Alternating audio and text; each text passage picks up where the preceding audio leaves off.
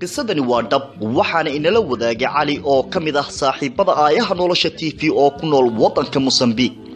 wuxuu yiri ugu horeen waan idin salaamayaa asxaabta aayaha nolosha TV waan ka qaadna saaxiib waxa soo martay buu yiri nolosheeda maalmo aad u xanuun badan oo ay ugu adkayd inaan dadka la wadaago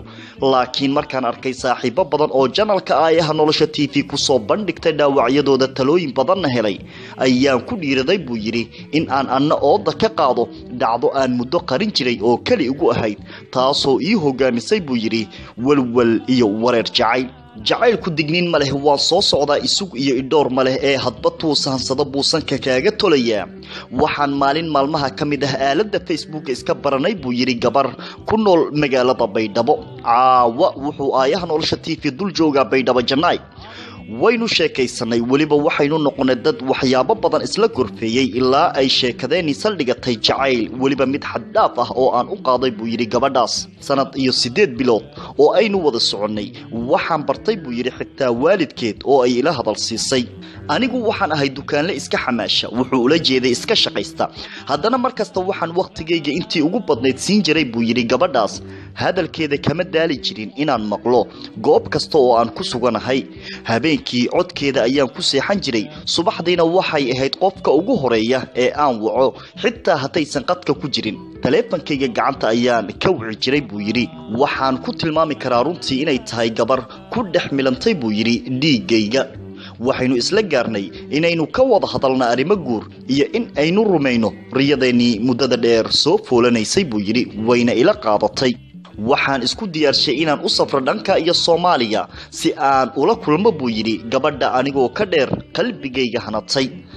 waxaan xitaa la wadaagay buu yiri qaar kamid asxaabtayda in ay jirto gabar aan aad u jeclahay oo aan dhawaan guursan doono laakiin maalin aanan ilaawi karin ayaa isoo martay buu yiri xilli barqa ah anigoo shaqadayda ku jira ayay ii soo dirtay gabadhii jacaylka igu beertay fariin ah inaan iska ilaawo masawiradeedan aan iska masaxo bilaa sabab iyadoo laba codlaynaysa una eg buu yiri in ay heshay lamaana kale aan ahaa ku meel gaar wax badan baan isku dayay buu yiri in aan raadsho haddana qaar kamid asxaabteeda oo ay iyadu hore ii bartay baa ii sheegay buu yiri in ay lamaano cusub yeelatay aad ayay u xanuun badan tahay buu yiri haddii qofka aad jeceshahay uusan ku jeclayn laakiin dibnaha uu ka leeyahay waan ku jeclahay waxaan wali dareemayaa buu yiri xanuunkii uu igu reebay dhaawacii i gaaray ka oo sababay buu yiri in aan ka aamin baxo dumarka Soomaaliyeed dabeecadaheegiina wax badan ka bedelay asxaabta aayaha nolosha TV oo markasta la danqada buu yiri dhibanayaasha jacayl waxaan idinka sugayaa taladiina talo waa tii Rabbi kulanti wanaagsan daawadayaal waxa aad u soo badanaya asxaabta soo booqanaysa janalkeena aayaha nolosha TV oo kontomeeyo kun gaaraysa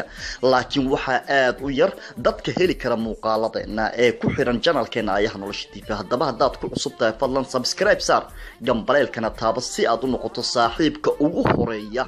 ee daawada muuqaaladeena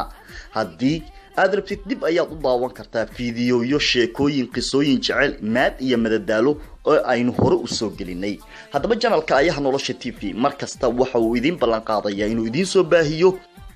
wax kasta oo uu arko in daawadayaashiisu ay xiiseynayaan haddaba adigu haddaad ku cusub tahay fadlan haatanba subscribe saar